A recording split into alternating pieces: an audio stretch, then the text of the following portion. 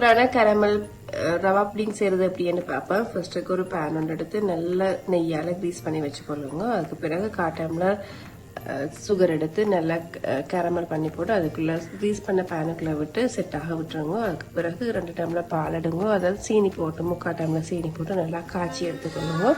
அதுக்கு பிறகு காஞ்சதுக்குள்ளே ஏலக்காய் தூள் இல்லாத லைசன்ஸ் ஏதாவது விட்டுட்டு அதுக்கு பிறகு எடுத்து வச்ச 1/4 டம்ளர் ரவை எடுத்து நல்லா பாயில் பண்ண விடுங்க. ஒரு தோசை பதம் ஒரு கன்சிஸ்டன்சி வந்த பிறகு அதை எல்லாம் ஆஃப் பண்ணி போட்டு வெதுவெதுப்பான சூட்டோட இருக்கிற இந்த மிக்சரை அடித்து வச்சு 2 முட்டை கூட கலந்து நாங்கள் வலிமையாகவே பாயில் பண்ணி எடுக்கிற மாதிரிக்கு புடிங் பாயில் பண்ணி எடுக்கிற மாதிரி இட்லி பாத்திரத்தை வச்சு பாயில் பண்ணி எடுங்க. ஆறின பிறகு டிமோல் பண்ணி போட்டு ஃப்ரிட்ஜுக்குள்ளே வச்சுட்டு கட் பண்ணி எடுத்தால் சூப்பரான கேரமல் ரவா புடிங் ரெடி.